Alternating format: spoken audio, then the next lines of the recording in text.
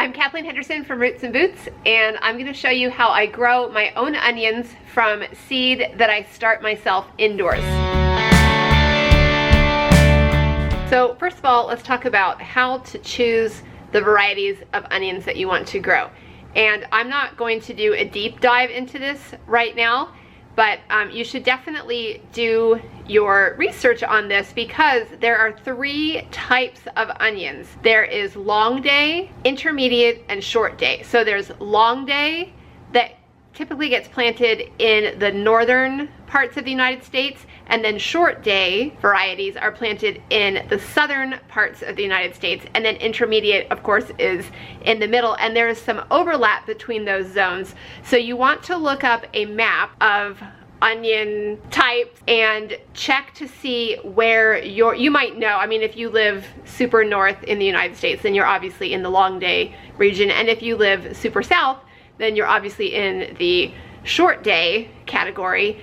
Myself, I am in zone 7A in Northern Virginia, and so I am in an area that can handle long day and potentially intermediate. Most of the varieties, I think all of the varieties of onions that I grow are long day, and that has worked well for me. I'm just gonna tell you what I do, and you can just know that I'm in zone 7A, so if you're in a similar zone, then this might work well for you. Long day varieties tend to do better in storage. Now remember that even if they don't store well, you know, as a whole fresh onion, you can always chop and freeze onions, and I do that with some of, I should say, one variety in particular that I grow. One type of onion that I grow that is not a great storage onion is Ailsa Craig, but it is a really tasty onion and it gets really big, and I just like to grow this variety. So what I tend to do is grow it in my kitchen garden, right off my kitchen, right off my back porch, where we have easy access to it. And we use those fresh. As soon as they start bulbing out, we start harvesting them, and we continue to work our way through these onions first. When I need onions, you know, to chop up in the kitchen real quick, I'll just run out and grab this variety, Ailsa Craig.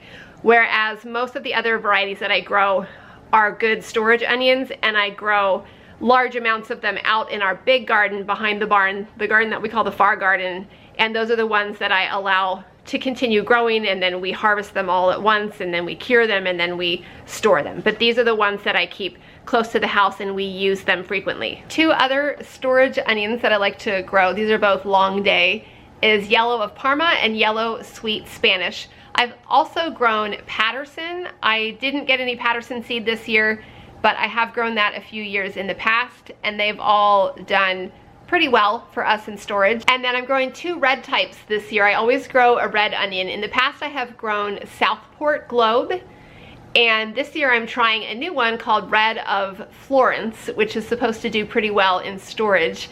So we'll see how that one does for me this year. These are the 2 red varieties, also both long day. So here in zone 7A, I try to start my onion seeds by the end of January.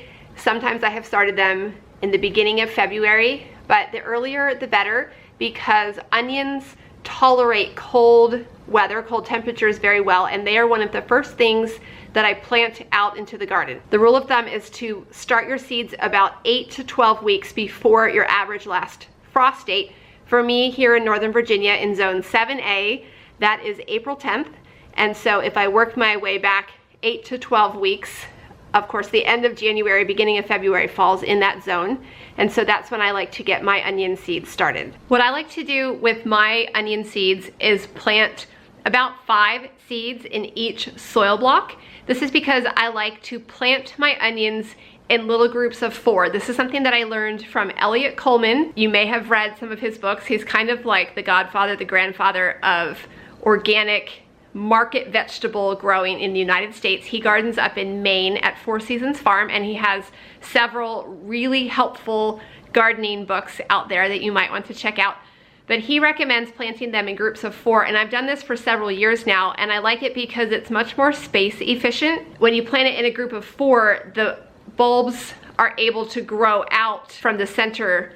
They still have all the space they need to bulb out it's much more space efficient than trying to do single rows next to each other. So that is what I do, and so that's how I plant my soil blocks, is about 5 seeds in each block. So sometimes not all the seeds germinate and I don't wind up with 4 little sprouts, but then I will kind of separate some if I need to, so that when I'm planting out in the garden, I have about 4 onions planted in little groups together. So the steps are, again, for me, in late January, I start my seeds in my soil trays, and then I keep these soil trays in our garage on what we call our seed shelves, but they're really just metal wire shelving that we have set up down in our garage. So it's uninsulated, and I like this because it kind of starts the hardening off process for me. The onion seeds germinate just fine in those temperatures in our unheated, uninsulated garage, and then when it's time to harden them off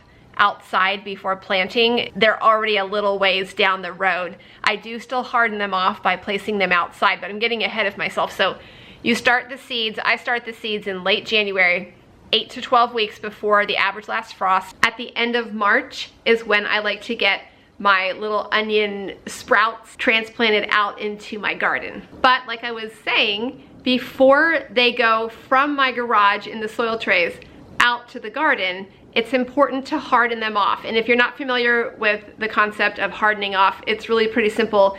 It's just to help prevent shock to the plants. If you take them from one climate, one temperature range, and then immediately thrust them out into a totally different temperature range, like outside, and also being out in the elements, exposed to direct sun beating down on them and rain and wind, it can be quite a shock to the little plants, and they'll have a hard time getting established. So to help them become strong, healthy plants and get off to a great start when you put them in the ground, you want to give them a gradual acclimation. I start them in my garage, and then about a week or 2 before I want to get them in the ground, I will start taking them outside. So I put the trays outside at first just for a few hours during the day, and then you gradually increase that amount of time that they are outside.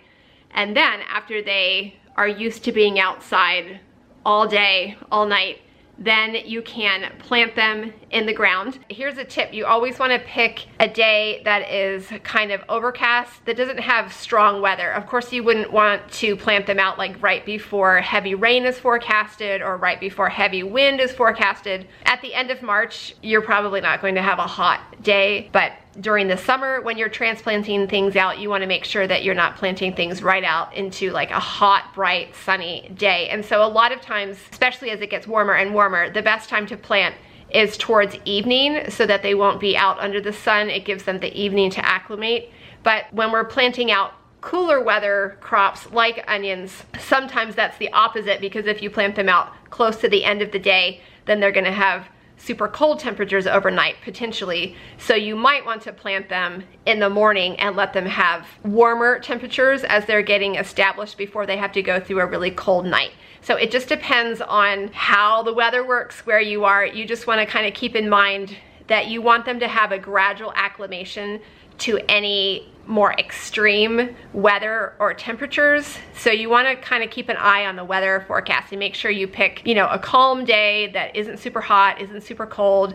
You're not going to have a crazy freeze overnight on their first night. So just keep those things in mind. So have you ever tried starting your own onion seeds? I would love to know if you have any questions, hear how the experience has gone for you, or maybe you're getting ready to start your own onion seeds for the first time this year. Drop a comment below and let me know. And that is how to start your own onions from seed.